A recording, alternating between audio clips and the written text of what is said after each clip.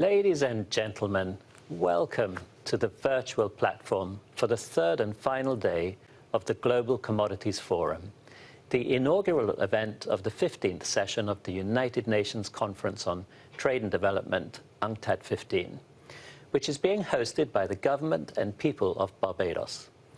My name is Professor Clive Landis, and I am principal of the Cave Hill campus of the University of the West Indies in Barbados.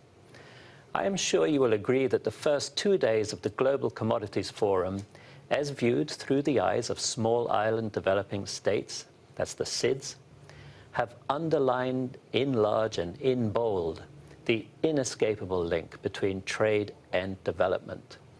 But that is not to say that the view from small island states is somehow different. It just acts as a magnifying glass to illuminate broad truths. So when you hear from the Prime Minister of the Caribbean island of Dominica today, he speaks from the perspective of a leader whose island in 2017 had been destroyed by successive Category 5 hurricanes Irma and Maria. But he speaks to a broader truth, how climate change can disrupt trade and development. This is true for any commodity-dependent country, large or small. The host of UNCTAD 15, Prime Minister Mir Omar Motley of Barbados, made a prescient warning in her 2019 speech to the United Nations General Assembly, in which she said, SIDS are the canaries of the international community. And who could doubt the truth of those words when we look back at 2021, following a series of record heat waves and deadly floods witnessed across the world in the USA, Canada, Pakistan, Greece, Germany, Belgium, and China, among others.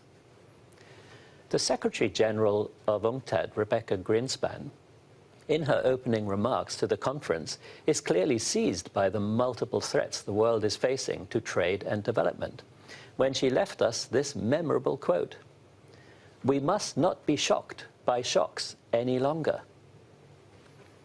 Let us reflect on what that means in terms of resilience, that statement by the Secretary-General, as we enter day 3 of the Global Commodities Forum at UNCTAD 15.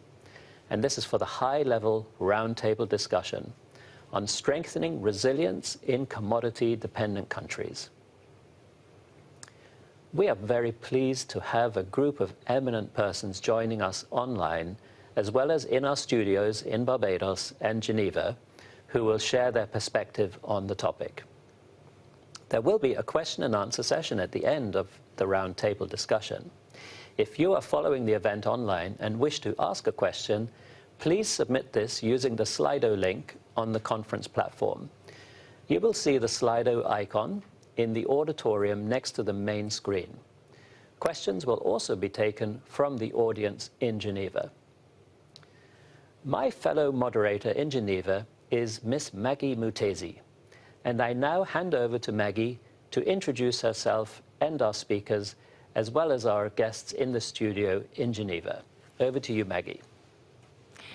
Thank you very much, Clive. And obviously, it's very important to note out some of these fascinating key points that we touched on over the past 2 days. Very much so, what I kept hearing from all the discussions, from oil and gas to climate change, to mining, was diversification as a way to get these economies, go through the shocks that have been very evident, especially in the past 2 years with the global pandemic. I'd like to clarify, though, a little bit there that we have with us not the Secretary General, but the Deputy Secretary General, Isabel Durant, with me here in studio. I just wanted to get that out. But also, I have to remind our audience that we're coming to you live from the Palais des Nations, beautiful place. And everyone joining us online will be taking in your questions, Slido, as my co-moderator has mentioned. And of course, there is no better time to discuss resilience than now. Honestly, when we have seen what the pandemic has done to the global world, everything has been left standstill. The world is changing. And what we have witnessed has been devastation caused by extreme weather, including severe floods and storms, which have also interrupted lives and caused extensive damage to infrastructure. Now, the current COVID-19 pandemic has also added a further burden to countries that are already stressed economies. I mean, you already have the climate change, effects, and then you have to bring in the pandemic. It can only get worse. And small island states in particular suffer from a host of inherent vulnerabilities given their small population and the size of their economies. At this critical time in world history, we're very, very privileged to have with us the Honourable Roosevelt Scarcity, the Prime Minister of Dominica. We also have Dame Patricia Scotland, the Secretary General of the Commonwealth, and then Jean Leon, the President of the Caribbean Development Bank, and Christine Lang, Head of Division, Latin America and the Caribbean of the European Investment Bank, His Excellency Georges Rebelo Pinto Chikoti, the Secretary General of the Organization of African, Caribbean, Pacific States, and of course, UNCTAD's Deputy Secretary General, Ms. Isabel Dunra. I would like to welcome all of you. Thanks for joining us, and we look forward to an exciting conversation this afternoon. I'd love to hand back to my co-host Clive in Barbados. As I mentioned earlier, we're live in 2 different locations, but also from all over the world virtually. Back to you, Clive.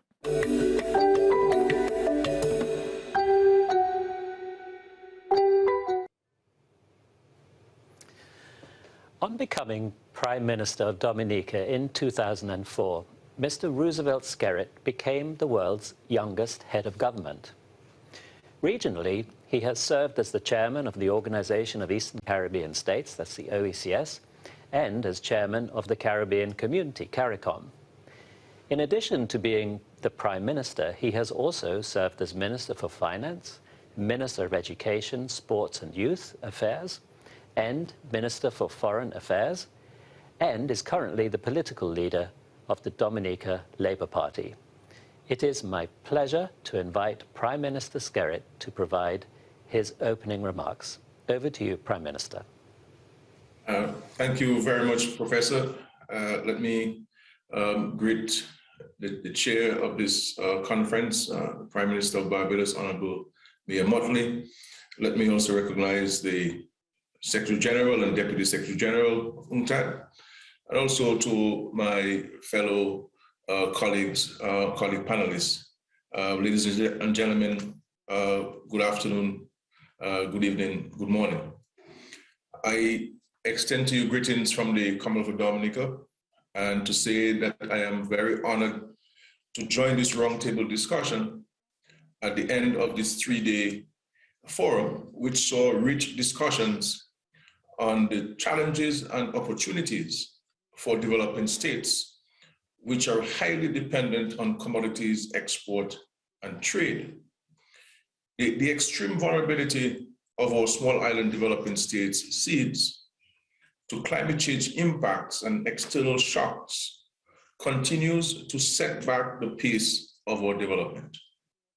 Many of us are stuck in a build, destroy, rebuild cycle caused by the frequency and severity of impacts of tropical storms. This has prompted us within CARICOM to pursue a resilience building agenda in an attempt to climate-proof our countries. Dominica, unfortunately, can speak with authority on the devastating impacts of repeated storms. In 2015, Tropical Storm Erica caused severe loss and damage to Dominica, amounting to the equivalent of 90% of our GDP. Many lives were lost, livelihoods dramatically impacted, and 2 entire communities had to be relocated. 2 years later, Hurricane Maria tore through our country, leaving complete devastation in its wake, with 90% of our buildings damaged or destroyed, roads impassable, lives lost, and when the assessments were completed, 226% of our GDP was gone in an instant. So in a matter of 2 years, we had over 300% of our GDP affected. The reality for us is that our countries face the burden of high debt, and in large measure attributable to responding to disaster impacts and external shocks. And this certainly constrains growth, along with limited resources, human capital, among many other challenges. In Dominica's case, every single cent we have borrowed in the last 7 years went towards the reconstruction of our country, responding to natural disasters. So I dare say that this forum is timely as we contend with the economic fallout of a pandemic to which there seems to be no immediate end in sight.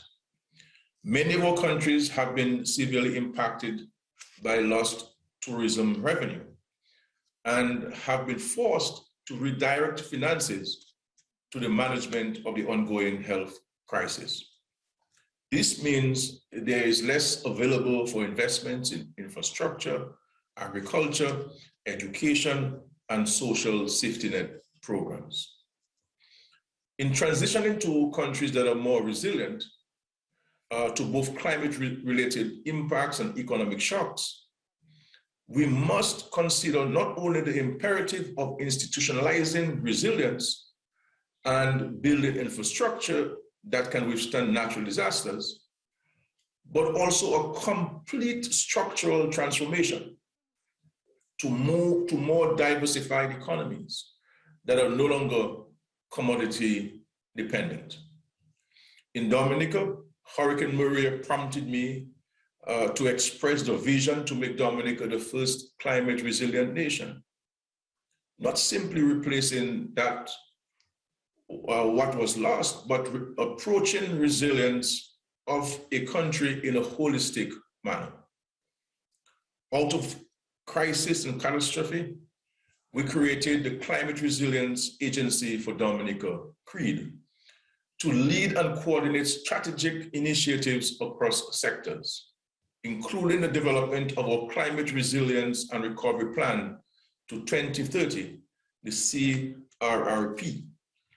And one of the key elements and key result areas identified in the CRRP is the development of a robust economy, efficiently diversified to better withstand adverse events. Resilience may lie, for example, in strengthening agrobiodiversity and agriculture production systems to natural hazards and climate change impacts for more productive and sustainable agriculture. Also, facilitating the development and enhancement of agri-businesses and value chains through technology, financial innovation, productivity improvements, diversification, and entrepreneurship. At the CARICOM level, we recognize the imperative to reduce our dependence on food imports and develop our own capacity and capability to supply the needs of our people and enhance our food security. Collectively, we may need to consider more targeted investments in regional manufacturing and processing facilities, increase production of fresh poultry and meat to reduce dependence on imported supplies, improved storage, production, and export of fish, and very, very importantly, a revised tax and tariff structure that encourages competitiveness among producers and exporters of member states. Dominica is fortunate, my dear friends, to be blessed with an abundance of clean groundwater resources. We acknowledge, however, that many of our neighbors are water challenged. To address the scarcity of water, countries will need to build capacity and increase access to more readily available water resources. Construction of hydraulic structures to regulate supply and convey water to community reservoirs and homes, treatment of wastewater, desalination and demand management to increase efficiency are all solutions which can be explored here in our region. And I want to say to our friends in Barbados and Antigua and other countries within the Caribbean that Dominica is in a position to supply you with millions of gallons of water on an hourly basis, not a daily basis, an hourly basis. And so these advances for developing states will require external support in the form of investment in technology and technical skills and knowledge to drive the modernization of water systems and improve water security. Our CARICOM states are also committed to transitioning to clean, renewable energy. There is no doubt that increased sustainability due to continuous improvements in energy efficiency and greater utilization of domestic renewable energy resources will boost our economic future and overall resilience to external shocks. In Dominica, for example, our mission is to increase the use of renewable energy in the provision of cheaper electricity through the responsible exploitation of our country's vast geothermal resources. Generation of clean power is expected to create new green jobs, increase productivity and income, and enable overall growth resulting from greater efficiency in manufacturing and industry. And in Dominica, we have started the construction of a geothermal plant. One of the more obvious ways to boost resilience in commodity-dependent countries is to shift focus to service-based industries. In that regard, information technology and the digitalization plays a key role. ICT services would support telework, e-commerce platforms, and financial services, provides great potential. We have already in Dominica begun the process of retooling our people for the gig economy. We must look to consolidate our country's built-in advantages and leverage these to sustain economies and enhance livelihoods. The key to all of this, my friends, to all of this will be our ability to exploit the obvious economic linkages among sectors to promote diverse and sustainable economic development. This global pandemic has presented many challenges, but it has also provided an opportunity for us to be innovative and creative. We must diversify our production and exports and strengthen our economies, thereby reducing our vulnerabilities, and I dare say our status as commodity-dependent countries.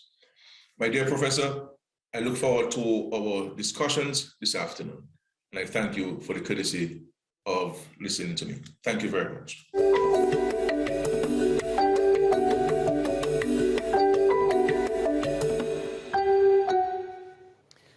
Thank you very much, Prime Minister Skerritt. I have to say it's a pleasure to see you in this setting, because the last time I saw you was actually when you were in your residence in the midst of Hurricane Maria, when the roof had been torn off your own residence. And yet you were still there leading your fellow countrymen and countrywomen through this natural disaster. So in the Caribbean, there is a great deal of respect and admiration for your leadership in this time. Your words have been well taken, and I've already got several questions which will form the basis of discussion. So our next speaker is Dr. Hyginus Jean Leon. He is our newly appointed President of the Caribbean Development Bank, the regional development finance institution based in Barbados. Dr. Leon has over 30 years of experience in economic development and has directed macroeconomic and financial policy support to government authorities in Africa, the Middle East and Central Asia, and the Caribbean. He worked with the International Monetary Fund for more than 24 years, serving as mission chief for Tanzania, Zimbabwe, Nigeria, the Bahamas, and the Gulf states of Oman, Qatar, and United Arab Emirates, as well as IMF's senior resident representative in Jamaica and Nigeria. Prior to his engagement with the IMF, Dr. Leon was an associate professor at State University of New York. Dr. Leon holds a Doctor of Philosophy in Economics from the University of Southampton in the UK, and a Bachelor of Science degree in Economics from the University of London, also in the UK. I now invite Dr. Leon to speak. Over to you, Jean. Thanks a lot, Professor.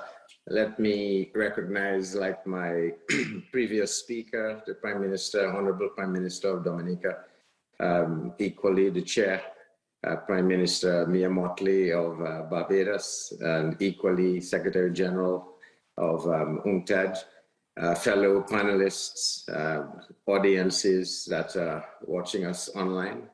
I'd like to maybe compliment with a couple of remarks, at least in terms of the discussion, the presentation that has been made by Prime Minister Scarcity, to focus on maybe two key points.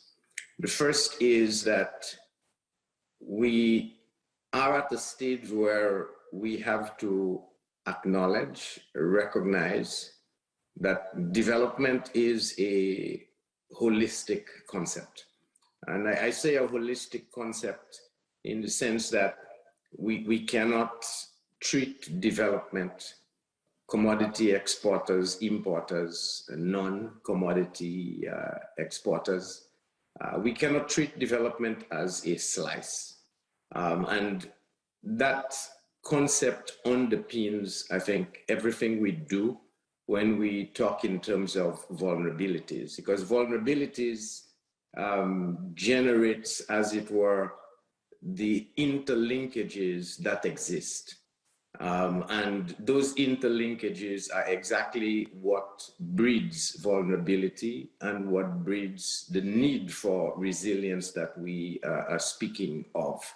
And if I can maybe start by that very point, the existential threat that we face now in terms of climate change is precisely because as a planet, we have ignored one part of that ecosystem. And so now the reason of this threat is purely because we did not pay adequate attention to nature, to the planet. And consequently, we are facing the climate event.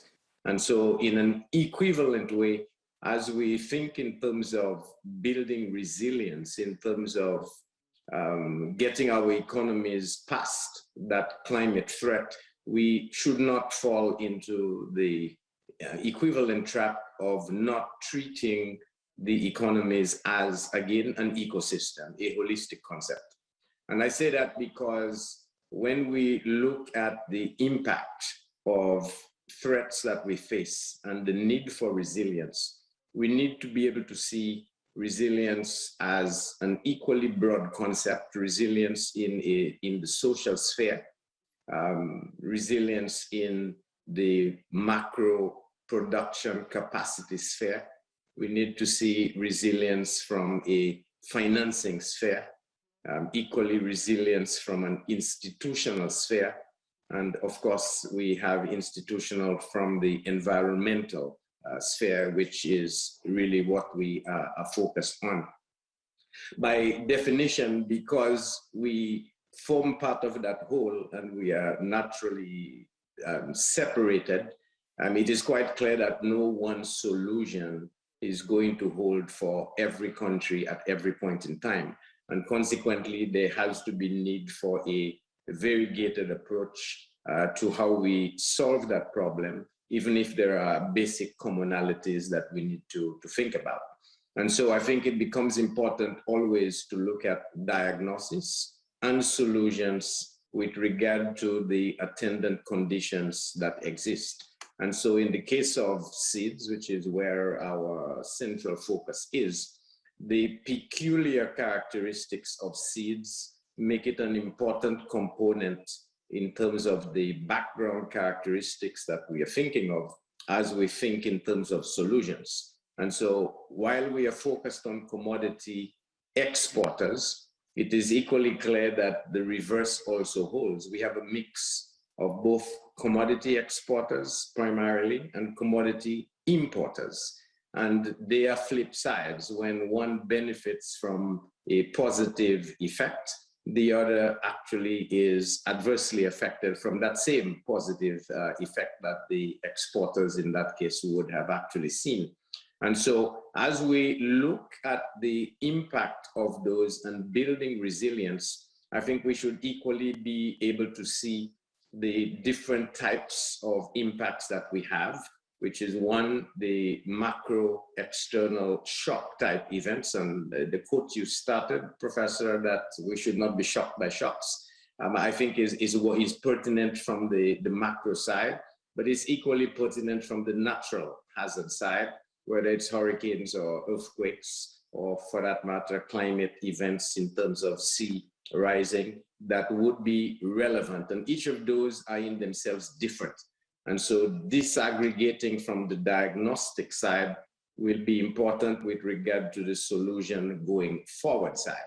But equally, I think we need to be able to make a distinction of vulnerability before an event, if you want a probability, which establishes which countries within that mix of classifications I've spoken are more critical or more susceptible from a probability side.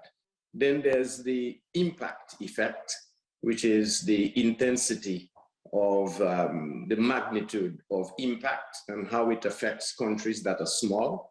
In the particular case of, say, a Dominica, a storm, a hurricane like Maria hitting wipes out the whole island, as opposed to that same storm, for example, hitting the US mainland and having catastrophic damage on one or two states. There's a difference in magnitude. And equally, the third component I think that's very important is the concept of duration for recovery. It's equally clear that when your capital from, say, hurricane event is decimated, your ability to produce is equally compromised, and compromised many-fold in terms of magnitude relative to that, say, of a more developed, partially compromised country, like, say, the same hurricane hitting the United States. And so the duration to get back to the pre-event level is maybe the most pertinent point of focus, and that which distinguishes the small island states from, as it were, your developed countries, in that the cost, the duration, and the impact, the magnitude of that impact is so large that you spend many years simply recovering as opposed to growing. And therefore, we have to be looking, going back to my first point of holistic development, return not of GDP levels, return not of just activity, but return to the entire ecosystem, whether it is nature, whether it is the social, whether it is the economic. How do you get back to the levels before that event occurred? And so I think for me, it's important as we have those discussions to establish, one, the impact of events across the economic, social, environmental space, and equally, how do you measure and address the duration of recovery in each of those spheres back to where they were before the event occurs? And it goes without saying that because of the vulnerability and the risks that are attendant, how do you actually manage the risk return profile that a market financing, for example, would imply for this recovery process, given that there is no, in a sense, growth, real growth. There is activity, but it is recovery activity, not real potential growth activity. And that is important, I think, not just from the climate lens, but equally in terms of the transition that will occur as we move away from fossil fuels in the context of saving the planet, what this means, again, from a reindustrialization perspective, because clearly the impact will have economic impacts, it will have social impact, and likewise it will have environmental impacts. And getting to a state where livelihoods are not only sustainable, but resilient, and that we can sustain ourselves in the post-climate neutral world will very well require us to have that very global sense of moving all aspects of the development in tandem as a means of actually moving to that better state. So I think there are a number of big issues related to measurement, related to looking at concepts of duration, concepts of financing, concepts of transitioning to reindustrialization, and how we get to a point of renormalizing in a new climate world, whether you are a commodity exporter or importer, or for that matter, a non-commodity country.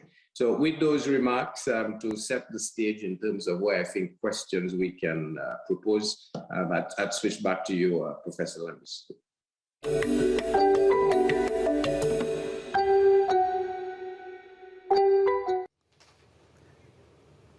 Well, thank you very much, Dr. Leon. It's always a pleasure to hear you speak. You're one of the leading intellectual thinkers in the development world. So thank you for those insightful comments about the peculiar vulnerabilities that the SIDS do face.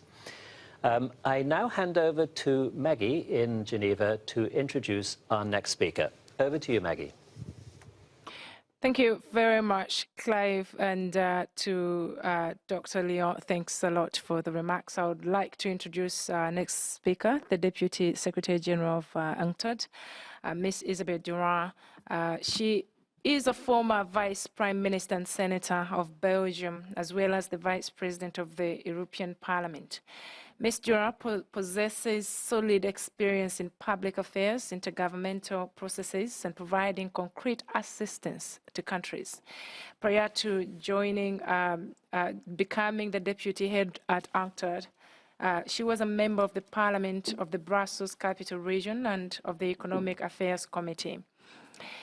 In the framework of a large reform of regional economic tools, she was especially involved in innovation, sharing, and the circular economy. And since she joined UNCTAD, Ms. Durand has relentlessly contributed to making international trade more inclusive and greener. She has also been an advocate for gender equality. Ms. Durand has been heavily involved in the socio-economic response of the UN to the coronavirus crisis and has led the work of UNCTAD in this area. Before I bring you in, just to add on Dr. Leon's remarks, something we've had a chat off the stage, and when he talks about looking at it as an entire ecosystem, it brings me to one remark you said, that the solutions are within these countries. And having said that, I'm so much looking forward to what you have to say. You have the floor. Thank you, Margaret. Merci, Margaret. Thank you, Margaret. I'm going to speak French. So first, I'd like to thank you for giving me the floor. And also, dear friends, ladies and gentlemen, after listening to the voice of those on the ground, every day facing threats, and the brunt of climate change in their country, in addition to the holistic nature of this resilience that we all require, I'd like to spend some time talking about this more extensively. I want to know about dependence on commodities and why that's so essential to keep on the development agenda. Well, because there are a number of concerns that are on the table. Dependence on commodities is a very persistent phenomenon, and UNCTAD's report on dependence on commodities from 2021, so it's just out. In fact, it was published last week, shows that in 2019, 101 countries depended on commodities. So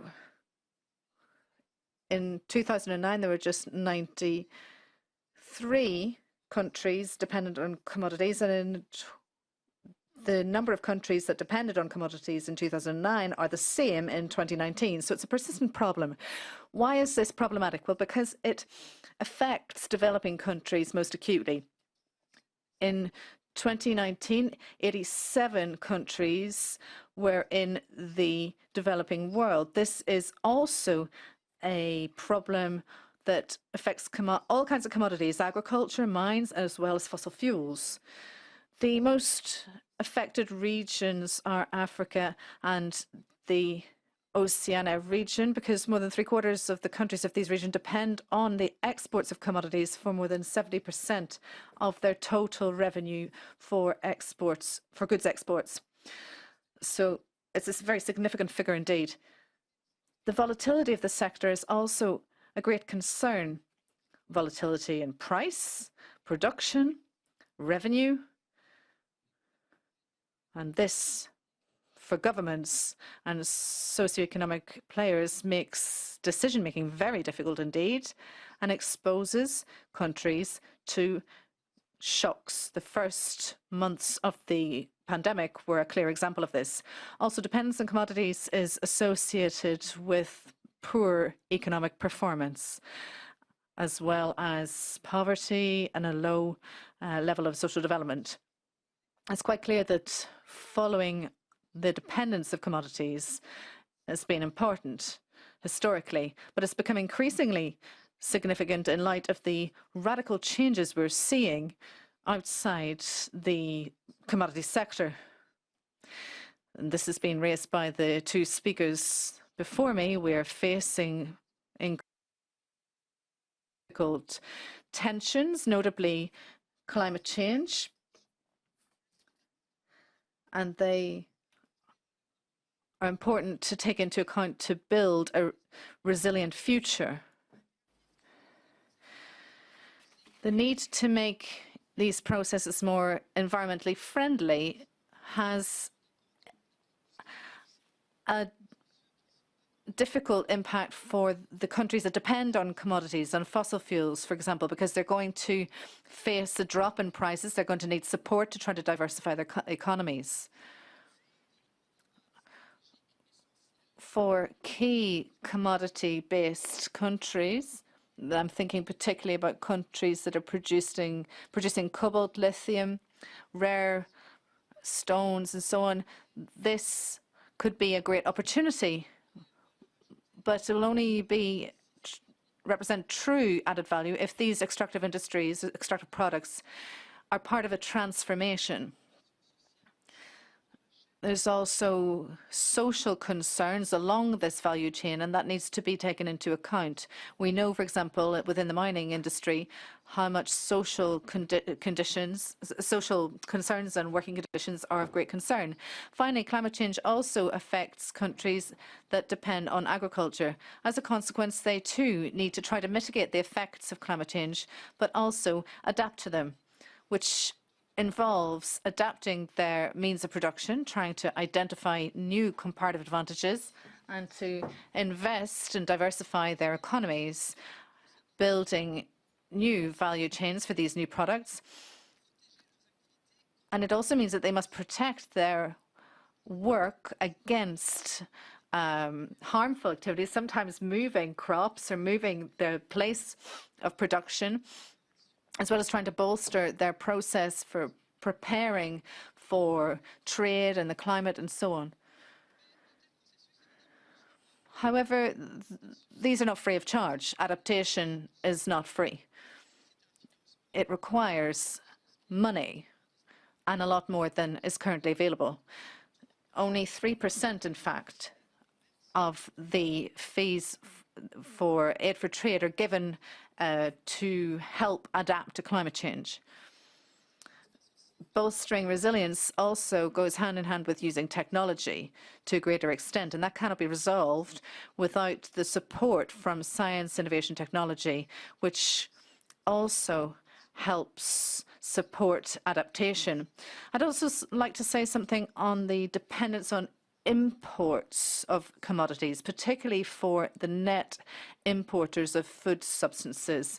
The COVID crisis and other previous crises have shown serious variations in price on international markets. They've made the danger of depending on food imports quite clear, particularly so in Africa. To try to reduce this risk, these countries must invest in local and regional food production and come up with supplementary food policies that help to streamline the food supply within their own region. Africa and the Caribbean have unexploited potential here. If resources are properly exploited, the pressure that is exerted by shocks to the international food market can indeed be mitigated. And this is critical because, as we all know, the demand for foodstuffs should increase by 60% when we reach 10 billion inhabitants. So we need to get ready for this now. Finally, food security also depends, and increasingly so, on access to water. An energy campaign is essential to try to raise awareness on the increased exhaustion of soft water supplies, and we need to therefore adapt technology that helps to save water within our production processes and try to draw on scientific resources to develop solutions where necessary. Ladies and gentlemen, this was quite theoretical, but these challenges cannot be met in silos. We need international cooperation. Global responses are required, but each country also needs to look at how they can contribute to the overall goal in step with their own capacities and resources. To do this, UNCTAD is your partner to help countries, but also the international community, to discuss, find solutions, to find the necessary resources and finance to try to address the challenge of dependence on commodities and to diversify economies and resources so that these commodities can once again become what they were always supposed to be, an opportunity as a resource, a precious resource that is potentially very useful. And the problem only arises when we depend upon these resources, and then we become very fragile indeed. So this message is basically to underscore the need to diversify so that we do not depend on commodities solely. Thank you. Thank you very much, Ms.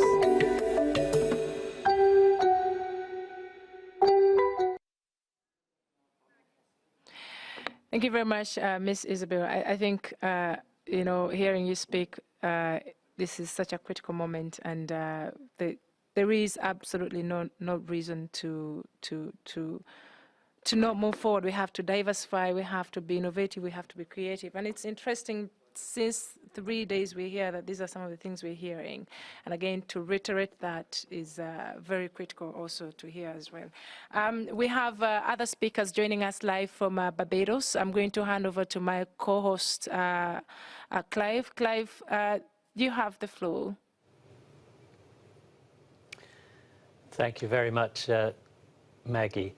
Our next panelist, I have great pleasure to introduce the Right Honourable Patricia Scotland, QC, a native of the Commonwealth of Dominica, so same country as Prime Minister Scarcity. She is the 6th Commonwealth Secretary-General and the first woman to hold this position. Dame Scotland completed her Bachelor of Law degrees at London University at the age of just 20 and was called to the bar at Middle Temple at the age of 21. She was the first woman in the more than 700-year history of the office to serve as Her Majesty's Attorney General for England and Wales and for Northern Ireland. As Secretary-General, she is placing special emphasis on mobilizing the 54 nations of the Commonwealth to tackle climate change, including its disproportionate impact on women. and through women's enterprise to build the resilience of smaller or more vulnerable countries. I now invite Dame Patricia to speak. Over to you, Dame Patricia. Thank you very much, Professor, and welcome to everyone. And I want to say a particular recognition to the Prime Minister of Barbados, Mia Mottley, but also the Honourable Prime Minister speaking today, Prime Minister Scarcity, and to greet everyone, Your Excellencies, my distinguished panelists and participants, Commonwealth counterparts, friends, colleagues, greetings all. It is so good to be able to connect with all of you. Considering the ways of strengthening resilience in commodity-dependent countries is of immense importance for the Commonwealth. The Commonwealth, as you know, is made up of 54 countries representing about 2.5 billion people. 60% are under the age of 30, and 32 of which are small, vulnerable countries, and Dominica not being least amongst them. And it's a pleasure to share this platform with Prime Minister Scarcity, who spoke so powerfully from his experience from the front line of the war on climate change. But of the 100 or so nations with commodity-dependent economies, 33 are members of our Commonwealth family. And for a further 19 of our member countries, between 20 and 60% of their exports are accounted for by commodities. So commodities constitute around 1/3 of world merchandise exports, and approximately 1/5 of these exports originate from Commonwealth countries. Whereas globally, commodities account for 33% of merchandise exports, the figure for the Commonwealth collectively is much higher, at 45%. So against that background, we know that heavy reliance on commodities tends to heighten economic vulnerability. Amongst the 35 countries worldwide, which are more than 98% commodity dependent, are the Commonwealth nations of Botswana, Kiribati, Maldives, Nigeria, and Papua New Guinea. So during phases of commodity price downturn, the economies of these countries naturally go into recession. A direct consequence of such slowdowns is the worsening of fiscal positions and increasing public debt. And these immediate shocks are followed by lower investment in infrastructure, curtailing of the economy and lower social protection, which traps many commodity-dependent countries in a vicious cycle. So commodity dependency also has broader social and environmental ramifications. Economic over-reliance on basic commodities tends to lead to exploitation of natural resources, which is unsustainable, and of workers in ways which perpetuate poverty and inequality. To compound such challenges, the COVID-19 pandemic has disrupted and set back economic development gains made by many of these countries following the 2008 global crisis. So as partners, we need to support the effort of these countries swiftly to restore, rebuild, and reinvigorate their economies from this global shock. The Commonwealth Secretariat is deeply committed to supporting our member nations towards the achievement of the 2030 Sustainable Development Agenda, and our successive strategic plans have been closely aligned with the SDGs as an influencing policy framework. And of course, the SDGs are themselves a direct reflection of our Commonwealth Charter, which we signed in 2013, and which basically mirrors the aspirations contained in the SDGs. So in working towards the elimination of extreme poverty by 2030, important factors are assistance with managing debt, with export diversification, and with improved penetration of global value chains. The disruptive impact of COVID-19 on commodity-dependent countries will tend to exacerbate problems with which they are already grappling, such as low productivity, and soil degradation and erosion aggravated by climate change. Approaches which mitigate these impacts are vital. And smart agriculture is an option which might be swiftly and effectively realized using existing frameworks. And appropriate infrastructure is crucial to this smart process.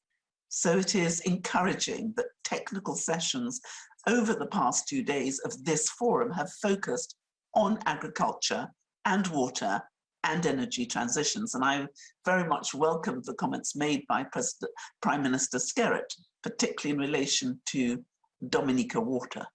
So sustainable solutions, particularly in the context of food security, are likely increasingly to involve innovative methods such as hydroponics, vertical farming, and use of beneficial microorganisms. A focus of our Commonwealth connectivity agenda for trade and investment is on digital agriculture and digital fisheries. These approaches can help to mitigate the impact of low productivity and profitability, including factors relating to climate variability. We're also working with agricultural fisheries and digital MSMEs to raise awareness amongst farmers, fisherfolk, and traders of innovations they might adopt. And with global populations projected to be 10 billion by 2050, energy demand is growing exponentially. And this makes it urgent for there to be a green energy revolution and transition away from extractive energy sources. So the technologies underpinning energy transitioning require a range of minerals, including copper, iron, lithium, cobalt, iridium, aluminium, nickel, and zinc. So yet producing these tends to be energy intensive and accounts for over 10% of global greenhouse emissions. So we need to find processes which use cleaner energy sources. The World Bank estimates that over 3 billion tons of minerals and metals will be needed to deploy wind, solar, and geothermal power, as well as energy storage required for achieving a below 2 degrees centigrade future.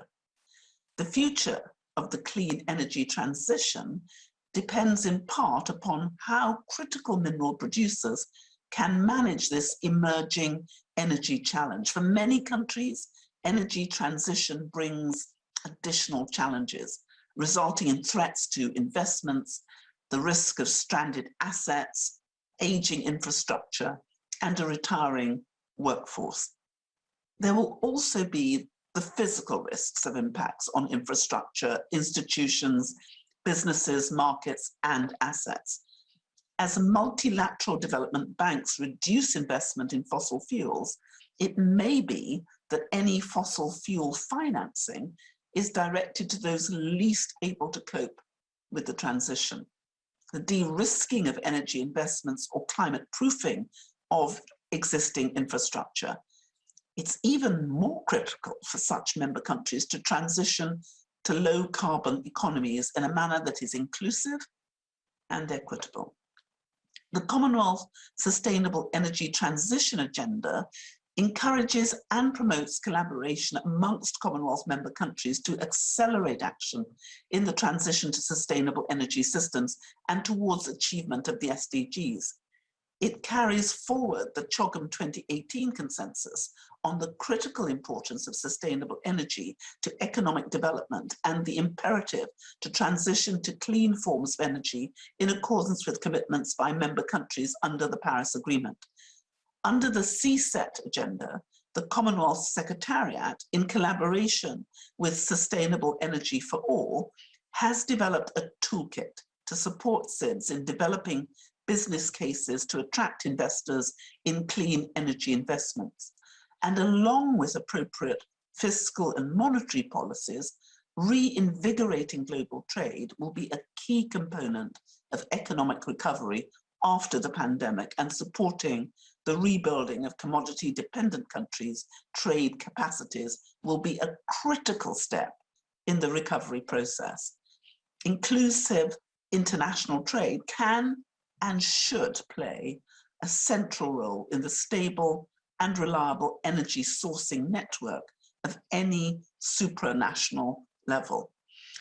By enhancing linkages between services and agricultural sectors through public-private partnerships, we can make great strides towards increasing global food production and supply, strengthening the resilience of developing economies, and rebuilding global competitiveness post-COVID-19 requires governments and businesses effectively to implement policies, plans, and strategies which improve productivity and raise living standards in stable, market-friendly environments to achieve inclusive development. So through the networks and multi-valiant connections which connect the governments and people of our member nations and the institutions which serve them, the Commonwealth Secretariat engages to deliver a common future, including by strengthening the resilience in commodity-dependent countries. And we really look forward to working in partnership with all of you, particularly those partners who are with us today. So thank you very much.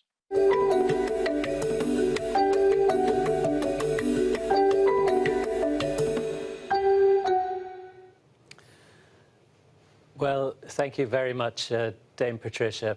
I think you've touched on an area which is going to be quite frequently spoken about, which has to do with partnerships. It's very clear to me that the small and developing states need very functional partnerships between the development banks, for example, and your own Commonwealth of Nations, so that holistic answers can be found to the challenges that they face. So thank you very much for those illuminating comments. It's my pleasure now to invite to introduce the next speaker. Our next speaker is His Excellency Jorge Rebelo Pinto Chikoti, Secretary General of the Organization of African, Caribbean and Pacific States, the APC. A citizen of Angola, Mr. Chikoti has devoted almost 30 years of his professional career to diplomacy and international relations. Prior to his appointment as Secretary General, Mr. Chikoti served as Ambassador Extraordinary and Plenipotentiary of the Republic of Angola to the Kingdom of Belgium, the Grand Duchy of Luxembourg, and Head of Mission to the European Union. Before this, he held several high-level posts within the government of the Republic of Angola, which included Minister of Foreign Affairs, State Secretary for Foreign Affairs in charge of cooperation, and Vice Minister of External Relations in charge of international organizations. I now invite Secretary General Chikoti to address us. Over to you, Secretary General. Thank you very much. His Excellency, Mr. Roosevelt Scarcity, Prime Minister of the Dominica, Dr. Eugenius Jean Leon, President of Caribbean Development Bank, Ms. Isabel Johan, Deputy Secretary General of UNTAD, the Right Honourable Patricia Scotland, QC, Secretary General of the Commonwealth, Ms. Kristen Lang, Head of Division, Latin America and Caribbean of the European Investment Bank. Distinguished guests, ladies and gentlemen, I am delighted to be here today to participate in this high-level roundtable discussion on strengthening resilience in commodity-dependent countries. I would like to thank UNTAD for organizing this very important event that gives us an opportunity to exchange views on pragmatic solutions to perennial problems of commodity-dependent countries. This event is indeed timely, seeing that we have embarked on a journey to build back better following the COVID-19 pandemic. The pandemic has exacerbated the vulnerability of commodity-dependent countries and demonstrated the importance of diversifying their export offer with special attention to increasing inter-regional exchanges and the promotion of integrated supranational value-added chains. Ladies and gentlemen, the Organization of African, Caribbean, and Pacific States, the OACPS, is composed of 79 member states. 70% of the member states are commodity dependent, and as such, derive at least 60% of their export earnings from commodity exports. It is with this context that the 7th summit of the OACP heads of state and government in 2012 resolved to reduce commodity dependency through value addition and higher technological content to commodity exports. Further, our heads also promoted the diversification into industrial and services sectors. In 2017, the OACP Council of Ministers, during their 105th session, adopted the ACP new approach on support for the development of agriculture value chains. The new policy direction focused on investing in the transformation of production models and the diversification of products and markets. The objective was to support the transition by members of the OACPS from commodity dependency to diversified economies, which would allow them to add value to their commodities and natural resources. 4 pillars, namely finance, capacity building, trade and investment, and climate change, were identified as being critical to the transformation process that will boost the resilience of commodity-dependent members of the OACPS. In this regard, our engagement with various partners on issues related to commodities and value chain development has been guided by the principles of the new now OACPS approach. Notably, we work closely with the European Union, our long-standing development partner, to implement the joint ACP-EU private sector development strategy. Several programs addressing the 4 pillars under the ACP new approach have been developed and implemented. These include the Commodities Program, Agribusiness Capital Fund, the Farmers Organization of ACP Program, the Fit for Market Program, and the Framework Program on Agricultural Value Chain Development, to mention but a few. Through these and many other programs, our member states have been supported to develop productive capacities, value addition, natural resource beneficiation, and integration into regional and global value chains. Countries have been supported to diversify horizontally by exporting different types of commodities and diversify vertically through value addition. However, more needs to be done. Through the implementation of these programs, the OACPS has drawn a number of lessons that I would like to share with you. One, the failure to sufficiently add value and diversify exports beyond primary commodities undermines resilience and makes countries vulnerable to external shocks, such as the COVID-19 pandemic. Diversification, therefore, remains crucial to increase resilience and reduce microeconomic risks related to the commodity sector, such as price volatility.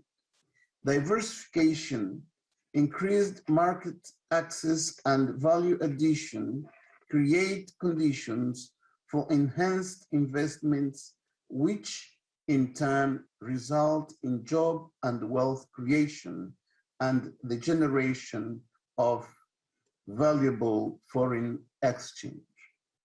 Number two, another lesson is the need for countries to adopt, strengthen, and implement commodity-specific policies, measures, and strategies to enhance productivity, vertical and horizontal diversification, ensure value addition, and increase value retention. It is essential, for instance, to continue to create favorable market access conditions for all products through trade facilitation, reduction or elimination of arbitrary or unjustified non-tariff barriers and other trade distortion measures. In this regard, regional cooperation through regional trade integration can facilitate the development of commodity-dependent countries and their beneficial integration into the world economy. Number three, the business community has also advised us that finance plays a crucial role in capacity building to aid entrepreneurs and add value to their products. The end objective should be to relax the financiation and corollary constraints that weigh heavily on commodity-dependent countries and impede the economic transformation of their economies. Furthermore, technology and innovation play a central role in transforming economies by upgrading supply chains and modernizing production beyond the commodity sector. Technology and innovation can also help to improve the resilience of commodity sectors to climate change and to strengthen their sustainable development.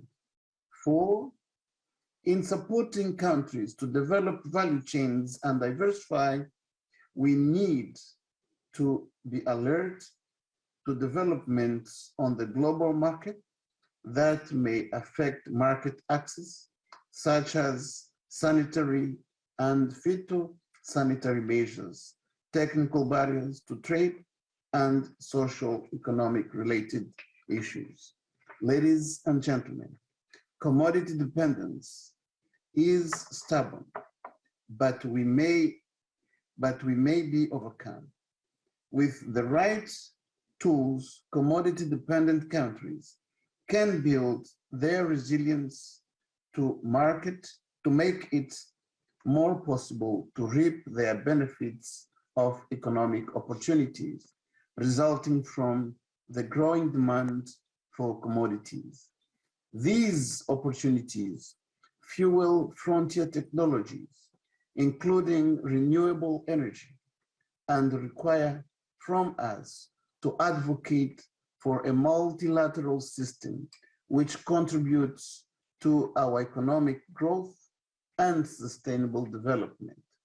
The COVID-19 pandemic has shown us that we need to develop strategies and reposition ourselves to mitigate the negative impact of our economies. In this regard, we need to utilize the resources at our disposal, including this platform, to prescribe measures that will provide sustainable solutions leading to predictable income and revenue for commodity-dependent countries. In conclusion, I would like to renew my commitment to working closely with all the partners to aid the transition of our member states from being mere producers of commodities to being producers of value-added products. Your Excellencies, I thank you very much for listening.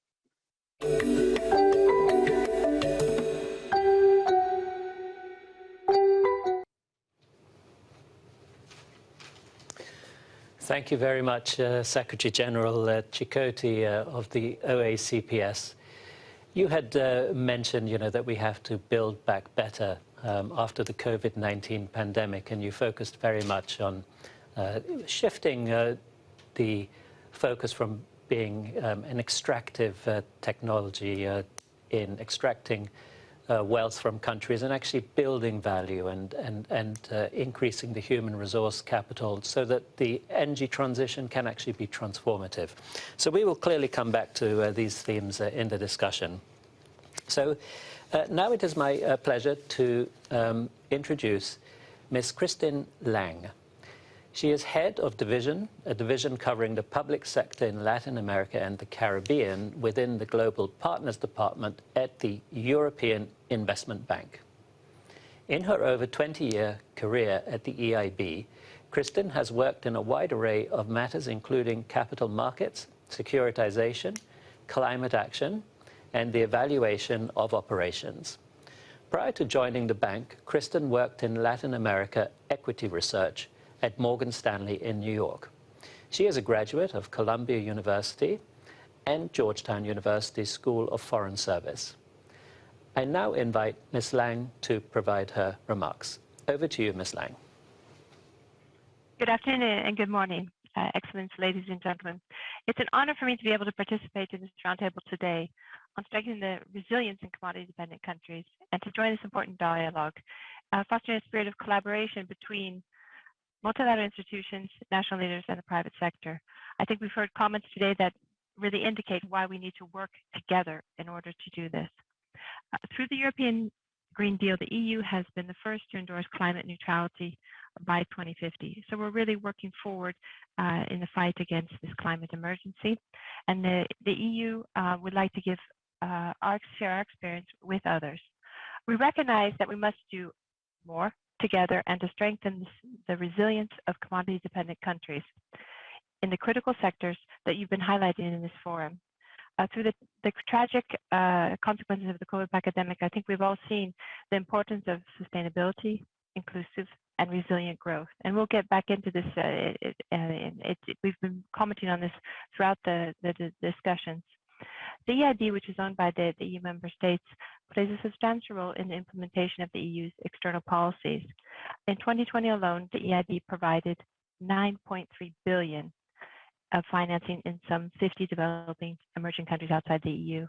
And so today we've heard firsthand about the problems the countries are facing, and I'd just like to give some ideas about how the EIB is playing its role and really ambition that we can together.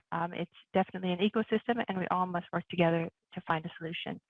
So the bank's commitments towards climate and environmental sustainability remain at the top of the agenda through its Climate Bank Roadmap in order to tackle the huge challenges that are on the way to a more sustainable future.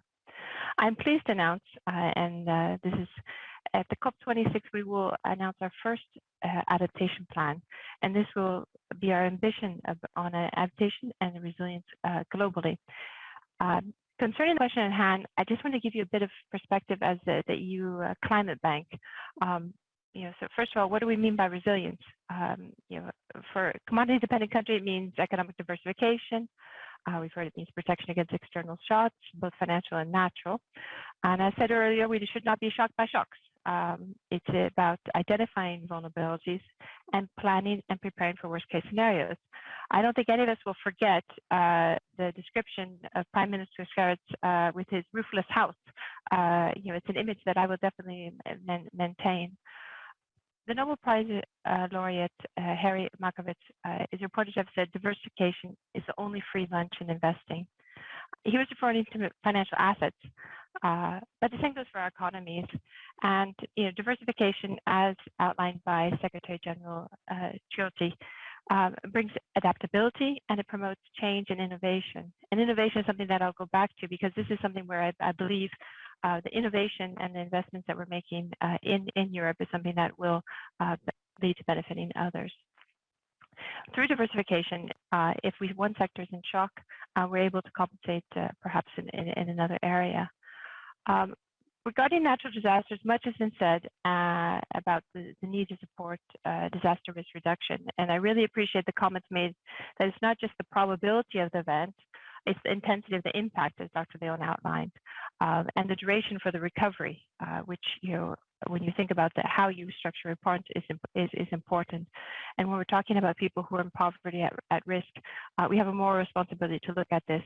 And, in particular, taking into account the gender aspect of who is impacted, just not the number of people, but who is impacted.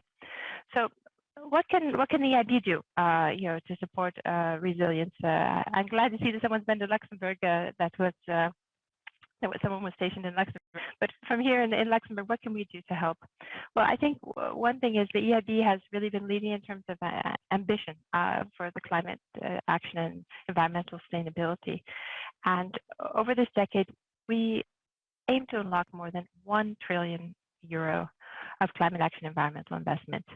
And to achieve this, the EIB has a goal by 2025 to have over 50% of our finance going towards climate action and environmental sustainability and beyond. And as of January of this year, all of our financing are in line with the principles and goals of the Paris Agreement. So we're trying to lead by example. And more than ever, the Paris Climate Agreement and the UN Sustainable Development Goals are showing us the way. The Global South is committed to reduce, is committed to reduce or limit emissions and increase adaptation. And it's important that these countries that account for a fraction of global emissions, these are the ones who are most vulnerable and affected by these erratic rainfall, extreme temperatures, rising seas. So we need to do our part to help. There are different areas where we've talked about during this forum. Agriculture and rural development are not only central to the EU Green Deal, but in the context of EIB's ambition as the EU Climate Bank, it's managed sustainably. The bioeconomy, for example, through afforestation, can sequester huge amounts of the greenhouse gases in soils, primary biomass at a relatively low cost. At the same time, the biological potential of land and the ocean to sustainably produce food and biomass will be severely affected by climate change. Against this background, EIB supported the bioeconomy over the last 5 years, reached about 33 billion euro in total, and has remained stable about 10% of the EIB lending. So we are collaborating with our colleagues at the European Commission, setting up highly innovative blending instruments tailored to the needs of the particular beneficial countries. For example, targeting agricultural value change. So when we talk about we need finance, we need innovation, we need to work together in order to move forward. Water scarcity is something that is even in developed countries, they're starting to take hold. And as the climate change is disrupting the weather patterns, it's leading to more and more extreme events. We can't deny it's here. In 2020, 53% of our investment in the water sector outside the EU supported climate action goals. So we've really been working on the water sector. And when we talk about the water sector, I think it's important to think about impact. And this is, better access to drinking water for people, reduce drought risk for 6 million people, improve sanitation for 600,000 people, less risk of flooding for 800,000 people. So we go back to the impact of what we're doing. It's not just a project we're financing, it's also how people are going to benefit. And when we're talking about the energy transition, I just want to highlight the point, the social aspect. We've touched on it a bit, but it's really important that we look at how these projects are implemented, especially if you're going to be displacing people from an industry. So to do it in a holistic manner, that's, at least if I look at the European experience, how it's been successful is when we really have worked together to ensure that there's the training and employment, so that you don't have people going on to the capital cities and suddenly causing other problems. Building on a strong track record of promoting gender equality, and I have to admit it's something that is something that an issue I do care a lot about. The social inclusion, economic resilience, and cultural sensitivity. The EID is really trying to support the energy transition and social development. So in a holistic manner, as indicated earlier, the importance. Finally, what needs to happen in the future so that the world can stay ahead of the curve when it comes to climate change. Here, I think it's really important that we try to accelerate our efforts and really try to help protect the most vulnerable. And this is going to require innovation. And this is where, although we're located in Europe, the innovations that we have, we hope to work and implement them in projects where appropriate outside. The comment was made about the COVID situation, and I think the COVID vaccine shows really how we can try to work together to come up with the vaccines, and in other areas of technology and energy transition, we have been working together. I'd like to just close. I know it's been a long afternoon for everyone, so if you just write down 3 things about the EIB, I would just like to say, one is that we support inclusive growth and that create economic opportunities in the regions and communities that are least able to cope with the changing climate. Second, we really want to be a bridge in the finance gap to increasing the impact of the finance through blending and new financial instruments. And lastly, we really would like to help to bridge the knowledge gap and to support smarter adaptation. And this will include working with the private sector to identify investment opportunities in climate resilient technologies, products, and services. I reiterate as a final takeaway that the EIB stands ready to play our role in providing innovative financial solutions based on our expertise in the field. So I just want to thank you again and have a nice afternoon.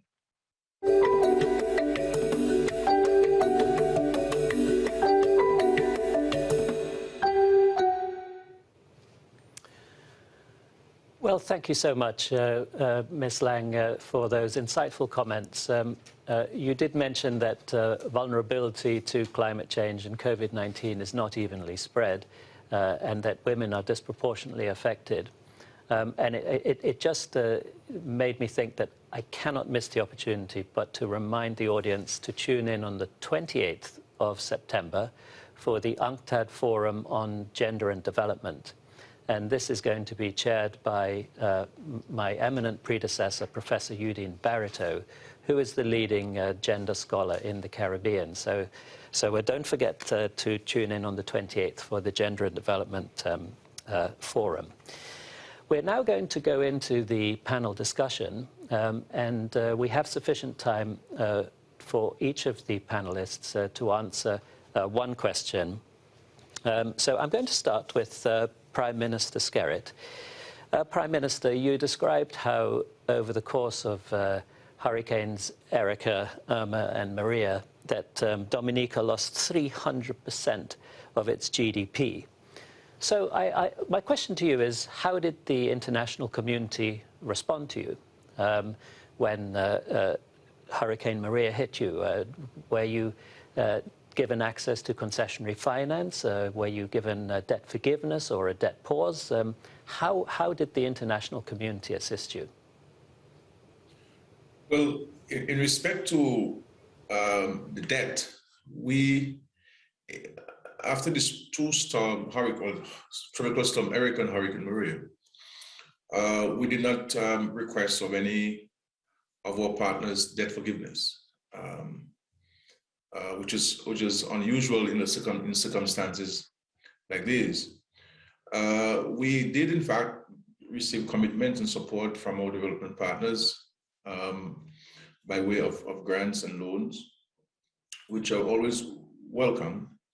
But the challenge which countries like ours have, especially when you're responding to a natural disaster or an external shock, is the space between when that pledge is made or when that loan is signed to when you actually receive the funds and the project can commence.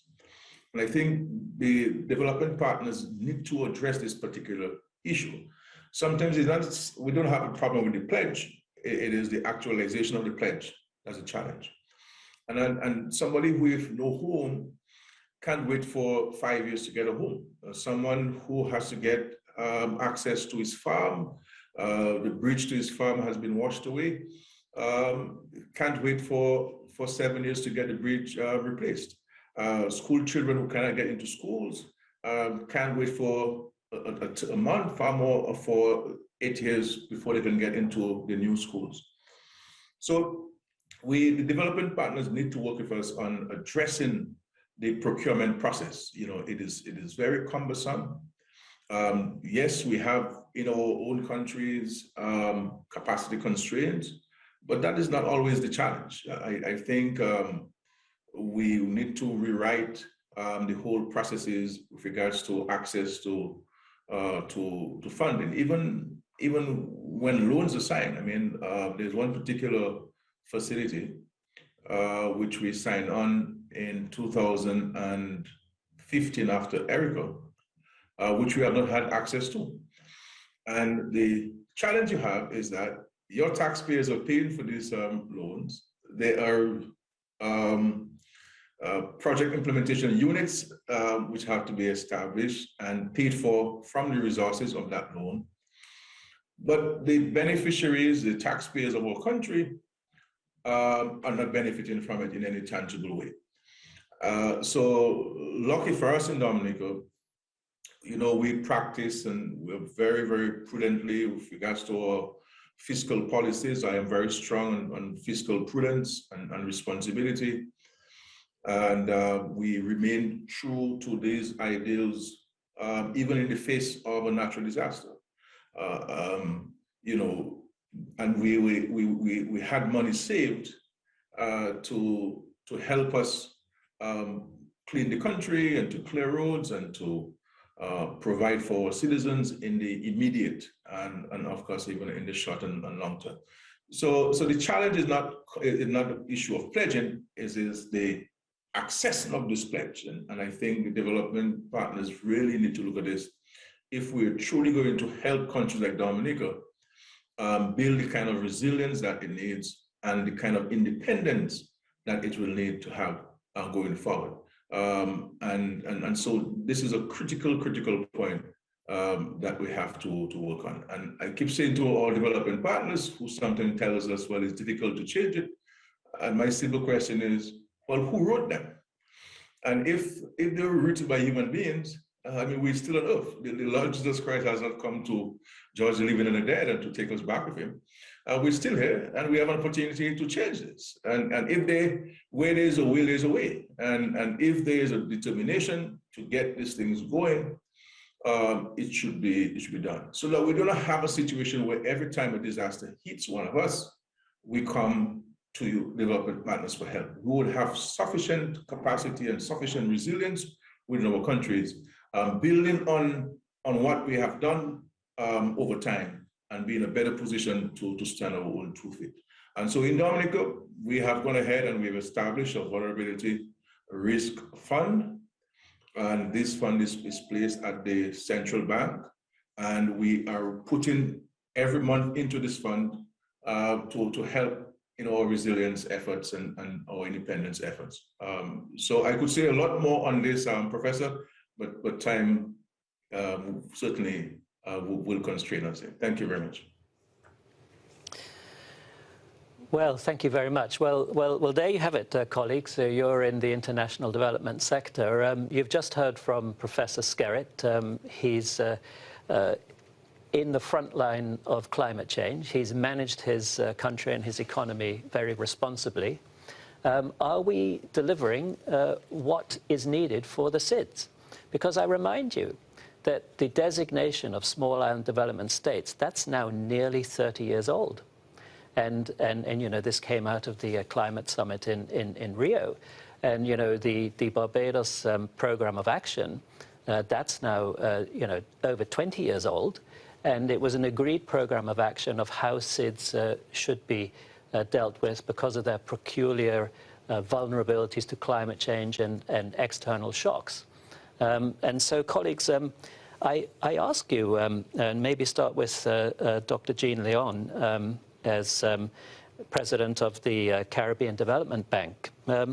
You spoke about, you know, how we need to help countries get back to where they were after they have suffered these unfortunate shocks, which really cannot be, blame is not laid at their door. So how do we do this? Do we move to a vulnerability index, which would allow countries that have, you know, experienced a shocking hurricane like Dominica did, where you just stop servicing past international debt so that you can get a little bit of fiscal space so that you can actually do some work. But you know, I will ask you, Dr. Leon, what is your answer? Thanks a lot, Clive. I think we should first recognize that the problem we face is huge.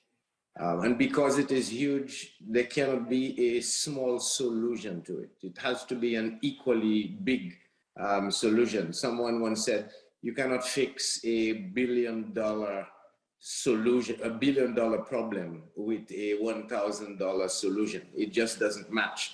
And so I always start by saying we need to understand the magnitude of the problem to be able to get and tailor a proper commensurate solution. And so when you ask, do we start with a vulnerability index? I think the vulnerability index is not sufficient. It's not sufficient in the following sense. The vulnerability index, the way it defines countries is in terms of a susceptibility to a particular risk. And once you are in that space, it gives you, in a sense, how do you create potential insurance? How do you assess vulnerability to say something bad can happen? How do you plan?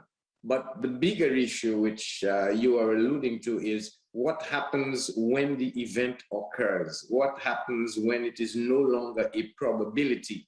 What happens to the Prime Minister Skerritt in Dominica when the actual hurricane hits?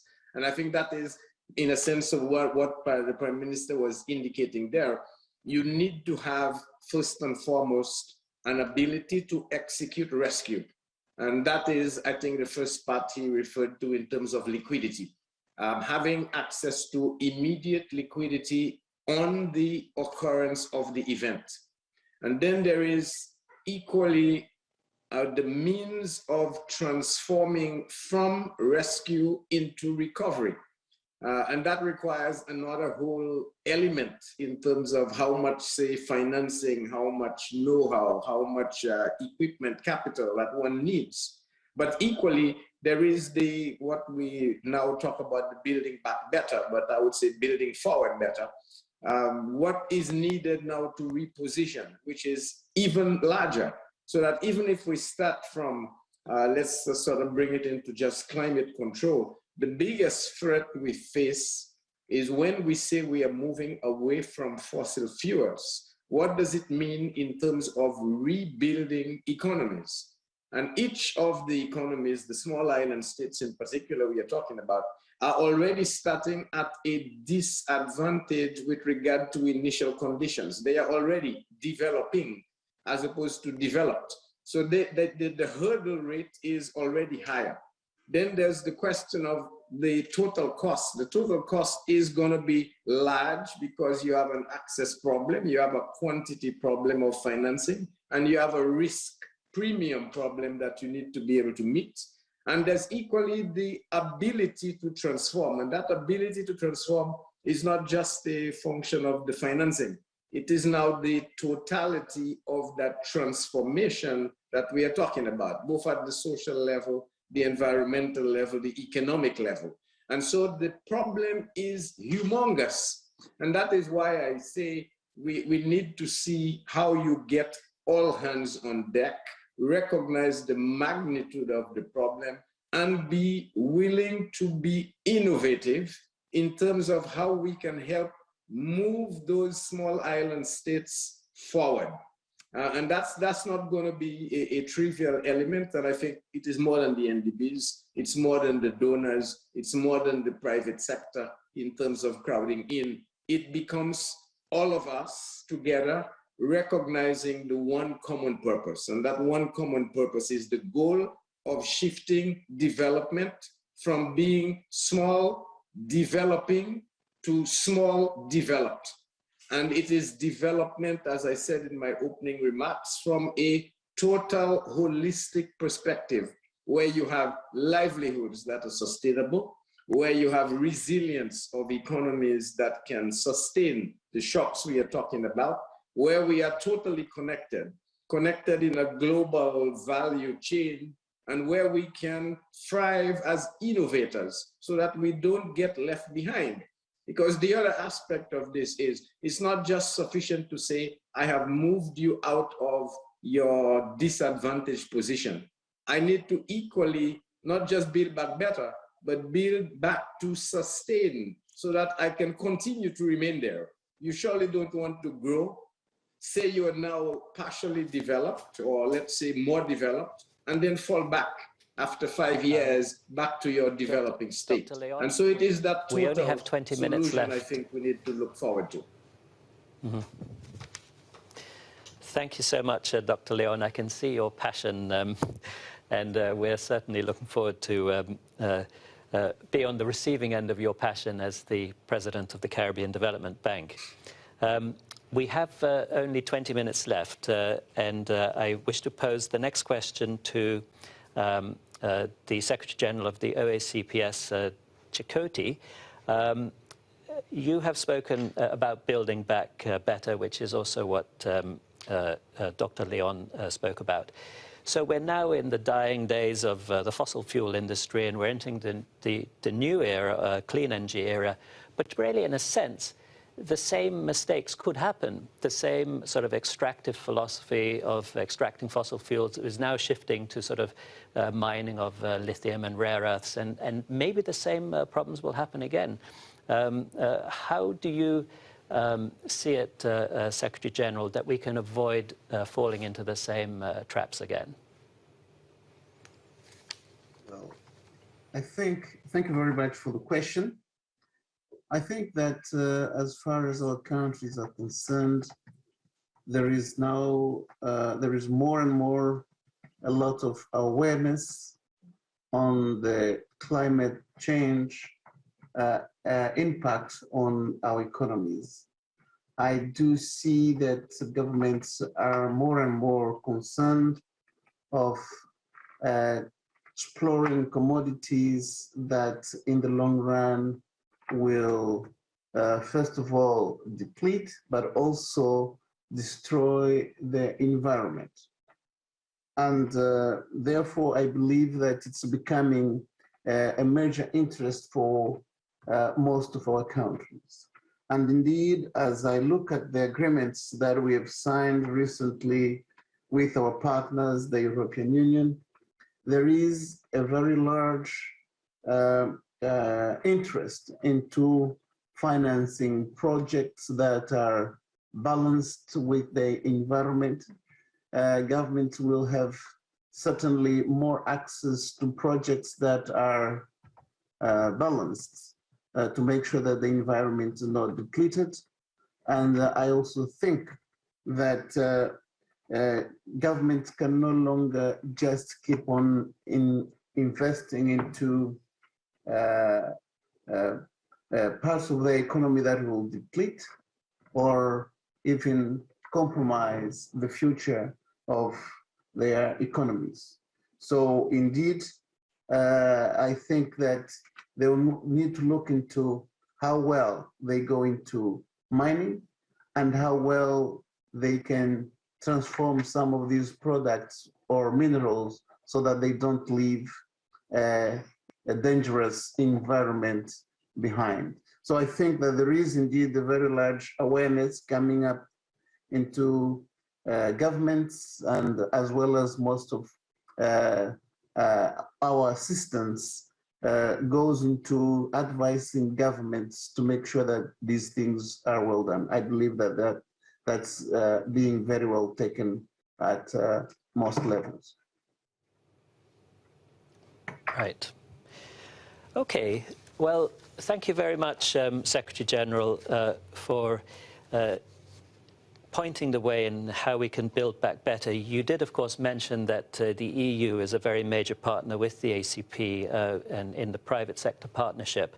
So why don't we stick with the EU, and let's go to Kristen Lang. And the question for you, Kristen, from Slido, is what is the ECB's approach to supporting resilience in the Caribbean?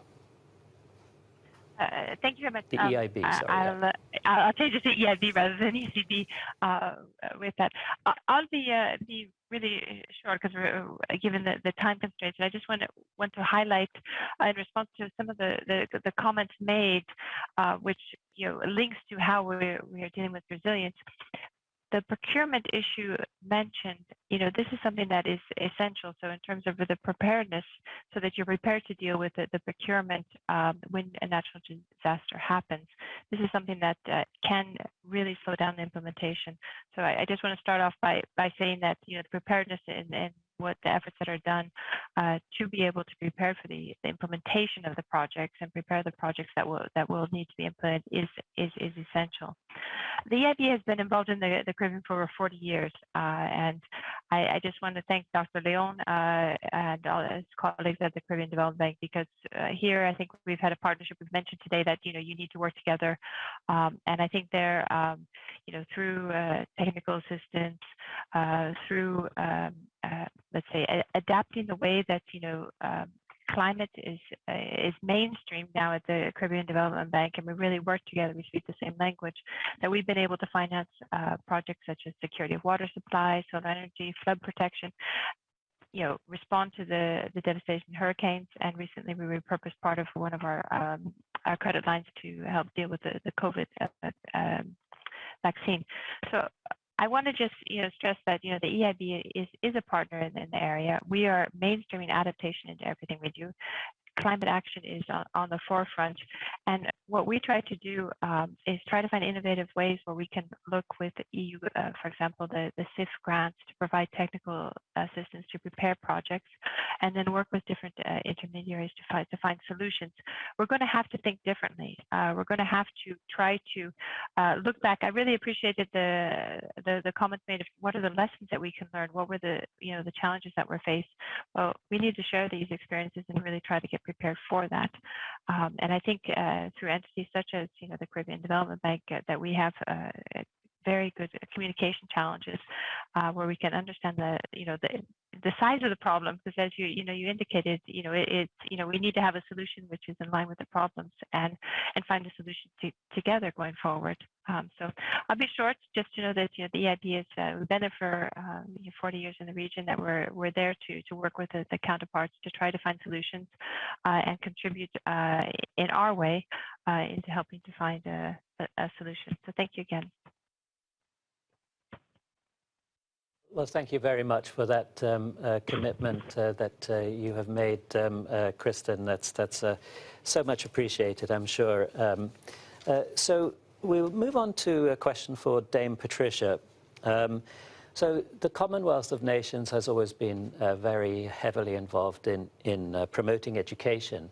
And to be honest, we haven't heard a lot today about education. And, especially as we undergo this transition from fossil fuels to clean energy and diversification of our economies to make them more resilient, it's almost assumed, it is assumed, that there must be equivalent training and not just vocational, but also at the tertiary and higher level, such as our university. And of course, your predecessor, who was a two-time Secretary General of the Commonwealth, Sridhar Ramphal, he actually was the Chancellor of the University of the West Indies. And the University of the West Indies, you know, it's a very eminent university. It's the #1 ranked in the Caribbean, and it's actually in the top 1% of universities in the world of its age group, which is between 50 and 100 years.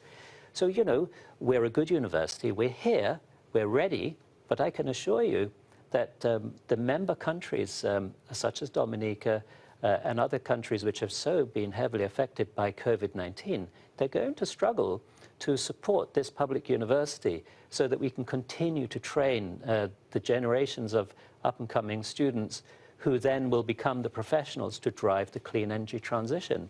So maybe it's a bit unfair to put all of this question on you, Patricia Scotland, but what is the Commonwealth doing to help sustain this transition so that it become transformational and localized within the expertise is localized within the receiving countries? Well, I think the most important thing to say is that, of course, we are working in partnership with not only all the partners in the Caribbean, but we are actually entering into a memorandum of understanding with the University of the West Indies. You're right in saying the University of the West Indies has a huge expertise in this area, but we are looking at how we build on resilience, and education is part of it, but I can really underscore the things that have already been said by the various speakers. So, for example, I absolutely agree with what Prime Minister Scarcity said, that we are able to rewrite these rules, if we choose. Human beings wrote them, and therefore we are in a position, if we so choose, to change them. I agree with what was said by Jean in terms of this is an issue which needs a holistic response. So it is all of us. It is the multilaterals, it's the nationals, it's the businesses, it's the educators, it's all of us who need to work together. And so this isn't just about training, it's about how we get all of those elements to be part of a regenerative model of development. You know, in the Commonwealth, and particularly in the Commonwealth Secretariat's work, we have been promoting this regenerative, resilient, sustainable approach as being the only way forward. And so if you look at the things we're doing, the creation of the disaster finance portal. Why did we create that? Why did the finance ministers of the Commonwealth come forward with that? Because we knew disasters were coming. We have to be more resilient. We have to prepare for it. And then we have to know where our member states can go. The Climate Finance Access Hub, which is particularly helping small states to make applications to the green funds. We've been talking today about the fact that we need to be smarter, and the smart, resilient answers are there. The scientists are doing it, but and the other industries are promoting and creating this. But how do we make sure that knowledge and expertise is shared? You'll know that we in the Commonwealth Secretariat, who've always been involved in producing vulnerability index, we're now saying the time is right for a universal vulnerability index, a multifaceted, multi-aspect vulnerability index, which doesn't just deal with vulnerability, but also deals with resilience so that we're better able to respond. And that means a new compact with the international agencies as to how we will approach it. You'll remember that we've gone through the stage when people were saying that there wasn't a direct correlation between climate crisis and debt. Well, look, we have the empirical data now to show clearly the two are related. And we just wish that when the climate crisis came, that it would take the debt with it, you know, because as Prime Minister Scarcity says, the roads that were washed away, the bridges that were washed away, the skills, the schools that were washed away, they were gone, but the debt that the country had engaged in to get those roads, those schools, those bridges were retained. So we need a new resolution for this. And if we look at the green and the blue agenda, and what I said in relation to how we have to move the development banks to reduce the investment in fossil fuels, but it may be that any fossil fuel financing is directed to the least able to cope with the transition. All of those things we have to do. But I actually underscore it will take all of us working together on one sustainable agenda. And we have to be frank about the reality that we now find ourselves in, and that unless we have this multifaceted approach, this regenerative, inclusive, holistic approach, we're doomed to failure. And I think we can choose to be functional as opposed to remaining dysfunctional in the way we respond, and we're doing it. I think the people on this call are making the commitments, and we just have to keep on and not give up, because giving up means that we will fail terribly and will let down the people who so need us in our world. Well, thank you very much, Dame Patricia. You said we need to be frank, and you were frank. The last question is for Isabelle Durand. And the question is, net exporters and net importers may have contrasting concerns as to commodity prices, which are a core element of food security. How can these a priori divergent positions be reconciled? Thank you for this question. And it's true that I mentioned that. It's true that they are in very different situations. And it's why probably what was just mentioned by the previous speakers, how we could go a little bit further than isolated solution or category of groups of countries suffering or be affected by commodities. So it's why I think that one way to work on that is not only the cooperation and the new, but also to look which new measure or which new international support measure we can define, and that's exactly the goal of UNCTAD 15. You know that this forum takes place before our conference. Our conference takes place beginning of October.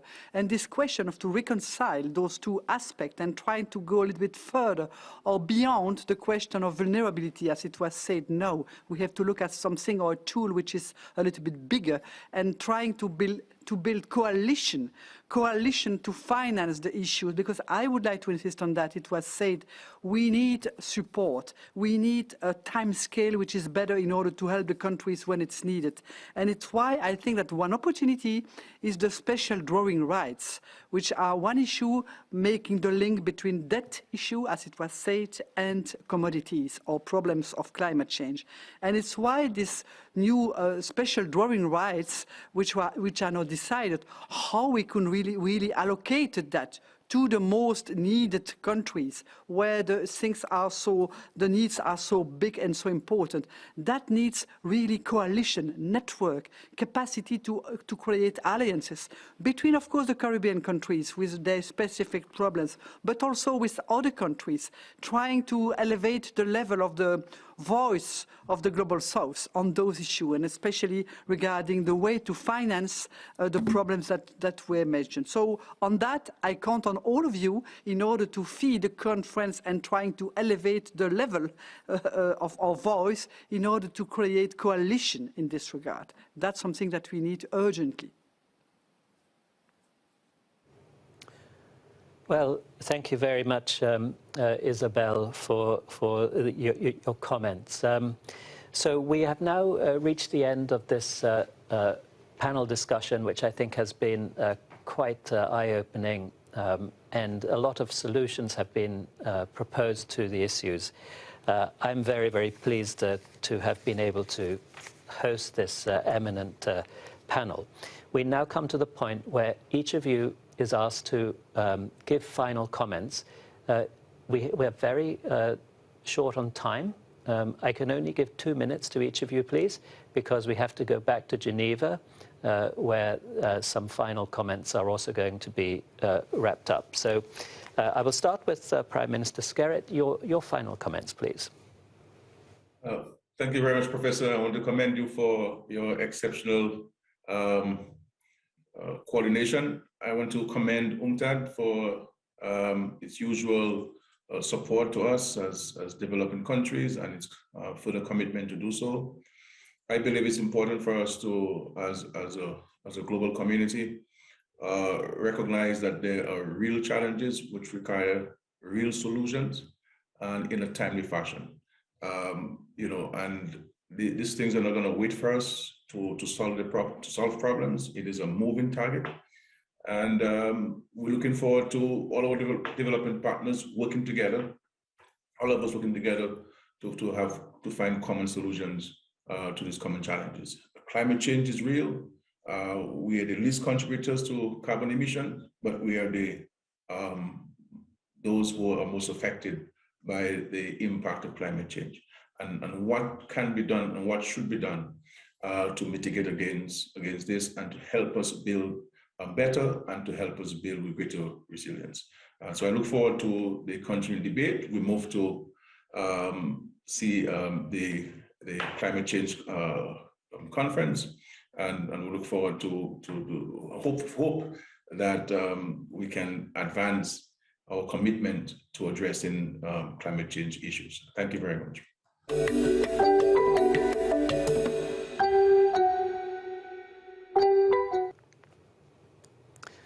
Thank you so much, Prime Minister Skerritt. So, Dr. Jean Leon, your final thoughts in 2 minutes or less.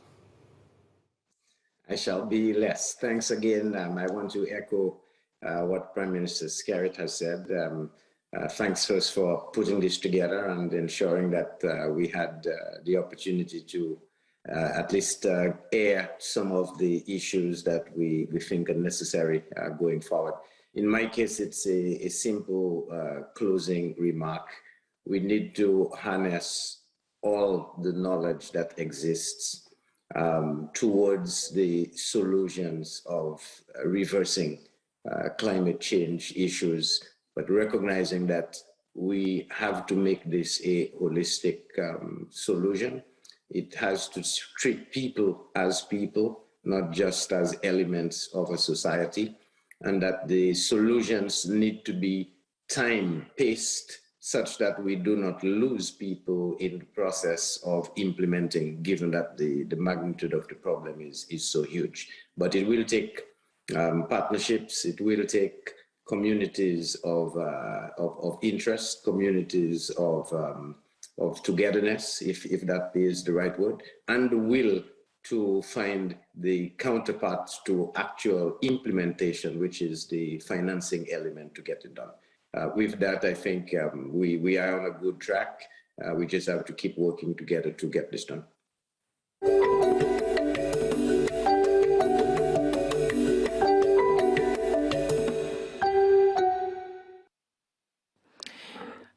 Thank you very much for those remarks. I'd now like to invite the Deputy Secretary General of UNCTAD, but as she gives her final remarks, we had a question that I thought was interesting for you to probably put into context. How multilateral trade systems organizations can help to strengthen this resilience in commodity-dependent countries? So how? It really depends on our capacity to really join our efforts. And that's something that a sector that we have to do more than we did in the past, in order to work on all the holistic approach. It means that, of course, the commodity dependence is related to diversification. It means productive capacities for the countries, capacity to develop industry. It means, of course, be more resilient for the shocks and for vulnerability, but it also means transfer of technology. If you would like to develop industry, manufacturing, we have also to look at how we could work better on the regional level in order to develop something which helps to be less dependent but more capable to resist or to address the potential problem of food security. So on that, I think that the cooperation between not only the UN system, but the UN system and other partners, but also the capacity to really be more creative in the way to address the problems. And it's a sentence of the Secretary General Guterres. He said in the system of the UN today, we have to be the best regarding what we did in the past, but also be creative enough in order to find new solutions or new tools in order to cooperate better and try to address not only this commodity question, but also all the problem of development and its financing. So on that, be sure that UNCTAD is on your side. We will try to develop also the capacity with other organizations in order to do better and more in the future and to support this diversification, which is so key for all of you. Thank you.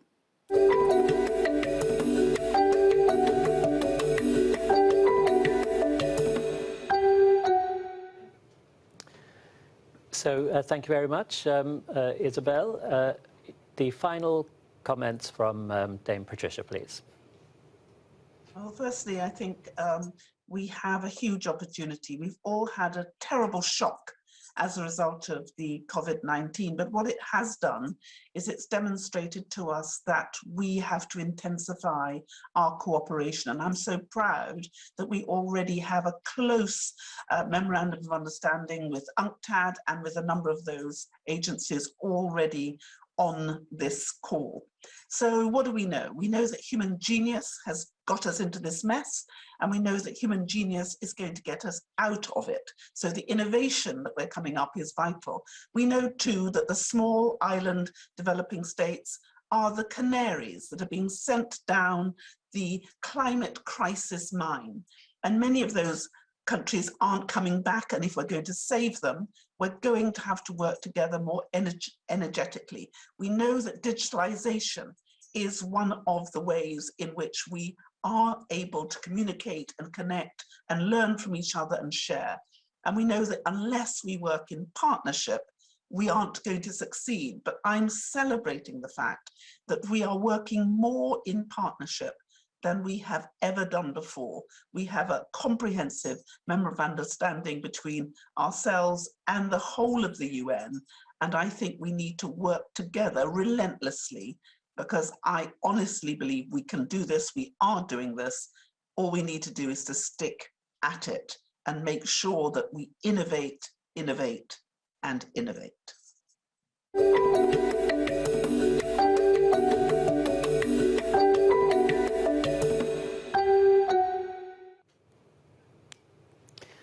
Thank you very much, Dame Patricia. So I now wish to invite closing comments from His Excellency Georges Jikoty, Secretary General of the OACPS. Thank you very much. I think that today we met on a very important topic for us, countries of the OACPS, where you have landlocked countries and particularly the the seeds. And we met as well on a topic relating to strengthening resilience in commodity-dependent countries. I think that this has taken place because we've gone through a very tough time, the COVID-19 pandemic, which has affected mostly our countries.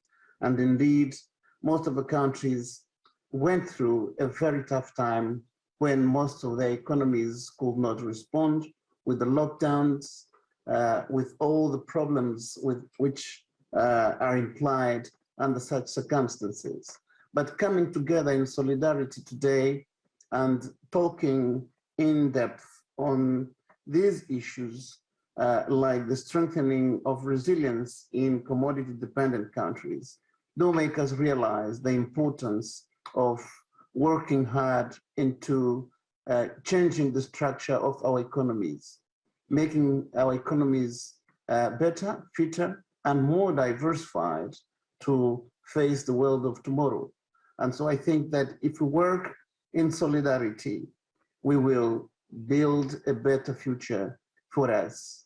And so I want to thank UNCTAD, and everyone for participating in this meeting today. Thank you very much.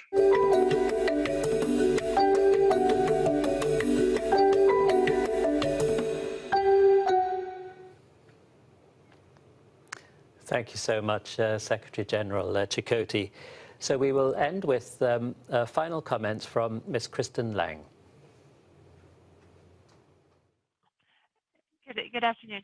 I'd like to end with the image that we have seen on our screen, which is different pieces of a puzzle and a bridge that's being formed. And I think that in the case of the EIB, we want to be the bridge in the financing gap, and we want to help increase the impact of what we're financing and help try to see new financial instruments, maybe through blending, de-risking, to make it happen. And bridge the knowledge gap, because when we talk about smarter adaptation, we talk about new technology innovation, we can share what we have been implementing within Europe as the EU Climate Bank with others. So in conclusion, we're your partner for inclusive growth, and we want to help support the creating of the economic opportunities in this transition. And as Dr. Leon said, we need to build forward better. So I fully endorse that. So maybe be your partner in building forward better. Thank you again. Bye-bye.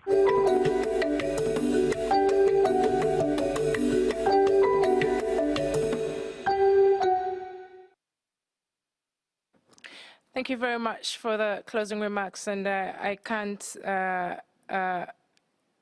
stop hearing keywords like partnerships and building back together, and the need to integrate, or the need to work together to be able to achieve our common goal. At this particular point, I'd like to invite Dr. Janvier Nkuruziza, the chief at the Commodities branch in UNCTAD.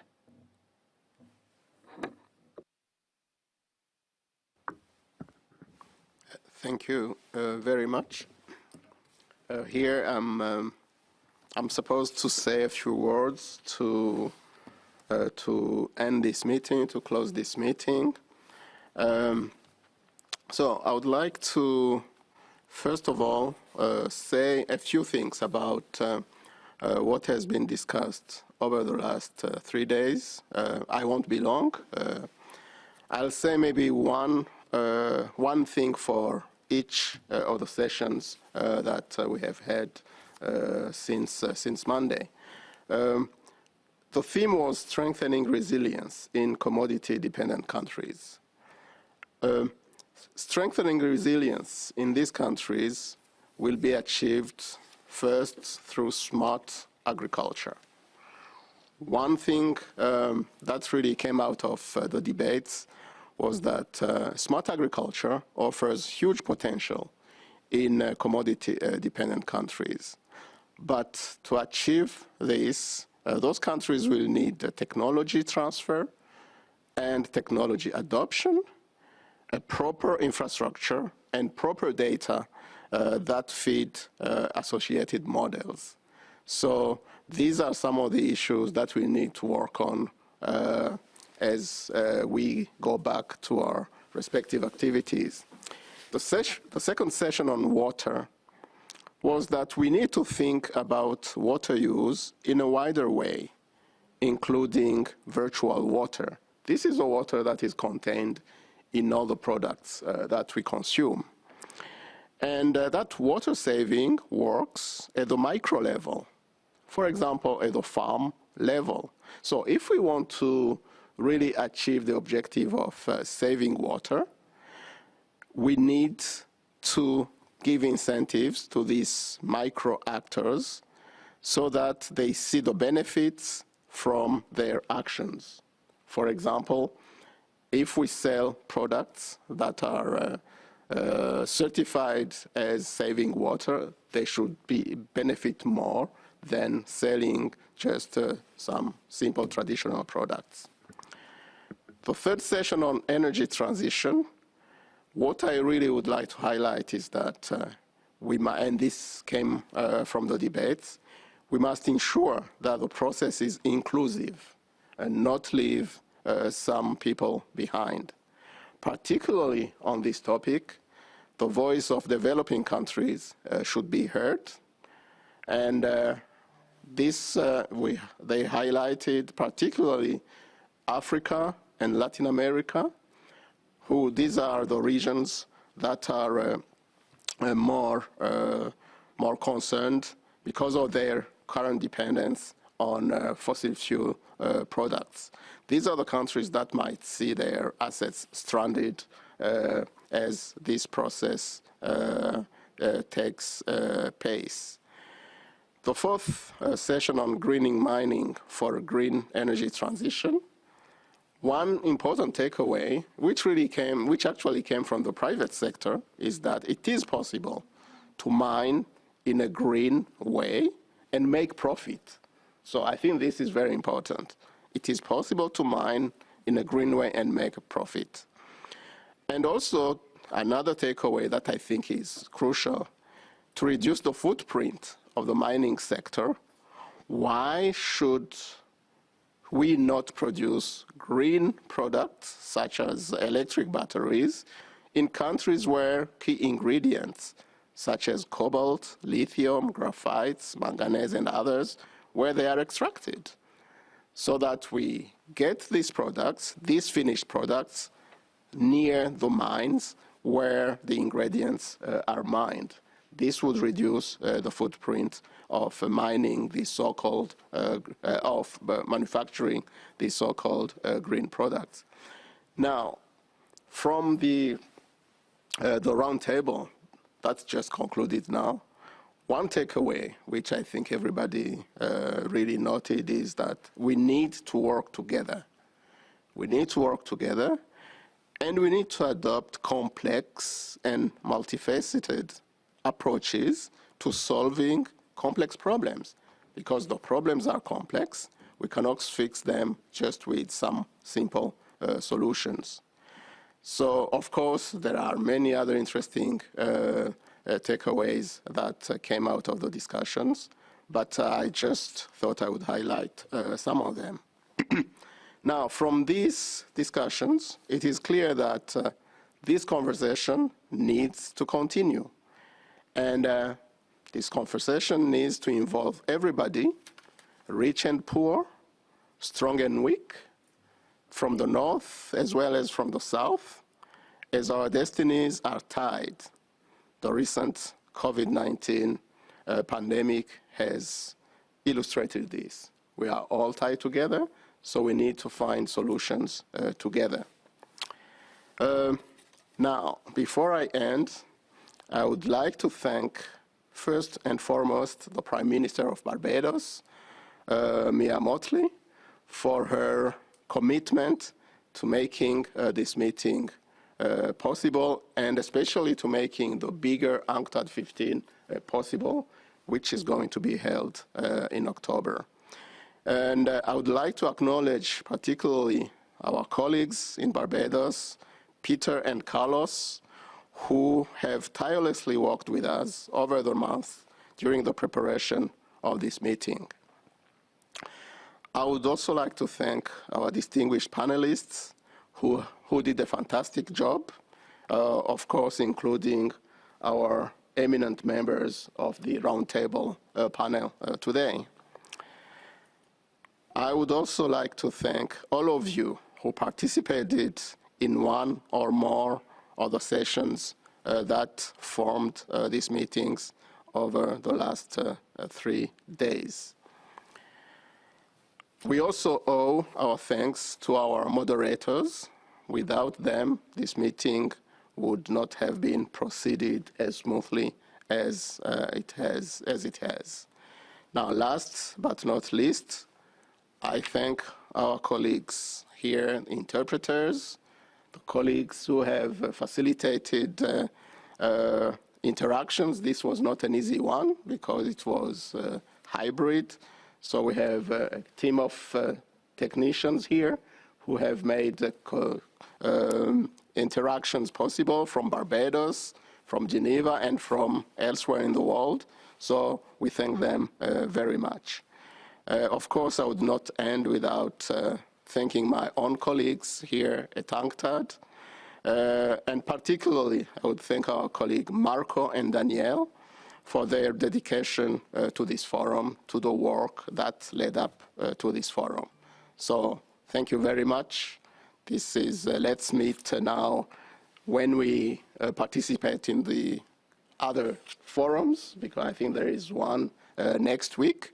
There will be many others to come, and then we'll be meeting again during UNCTAD 15 in October, 3 to 7 October. Thank you very much.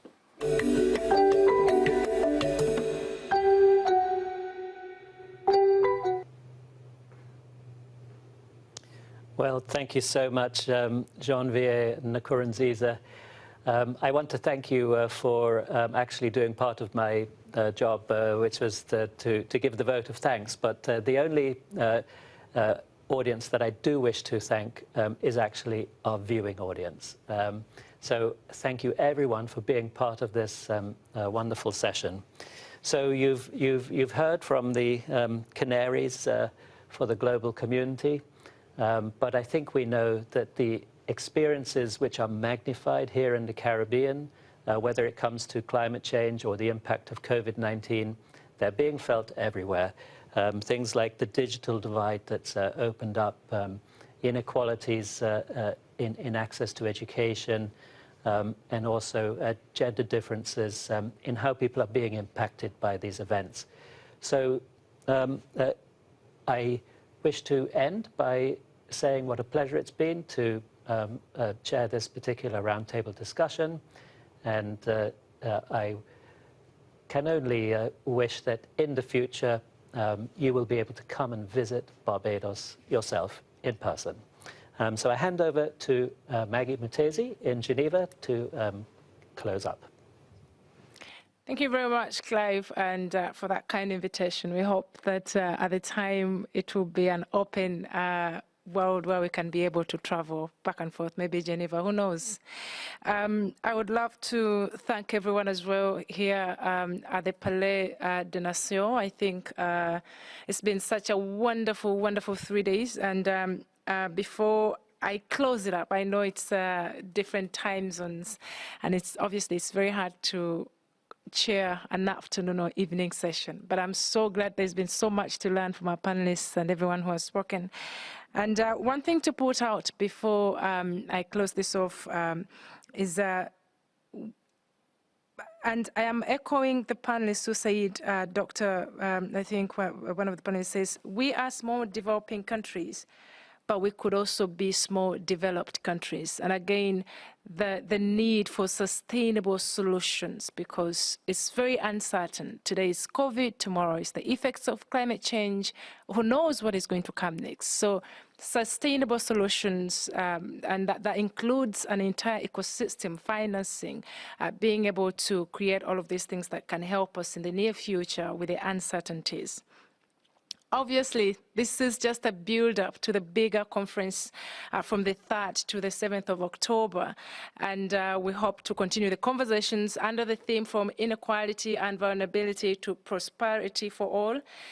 And this is a call to work to fix the fractures across the world in favor of prosperity for all. I think one thing COVID has also shown us has been the inequalities in different parts of the continent. So conversations like these are very timely. I will end at that, and I'd love to say a very huge thank you. And I wish we were in the same room. I would have asked everyone to clap for everybody that has been part of this, but I think we can do that virtually. Can we try it? Yeah. From wherever you are, thank you very much for being with us for the past 3 days, for the amazing conversations, and we hope to see you in October, and obviously the next sessions or forums that will be happening. I sign out, and have a wonderful afternoon, wonderful evening and morning from wherever you've joined us from. Bye.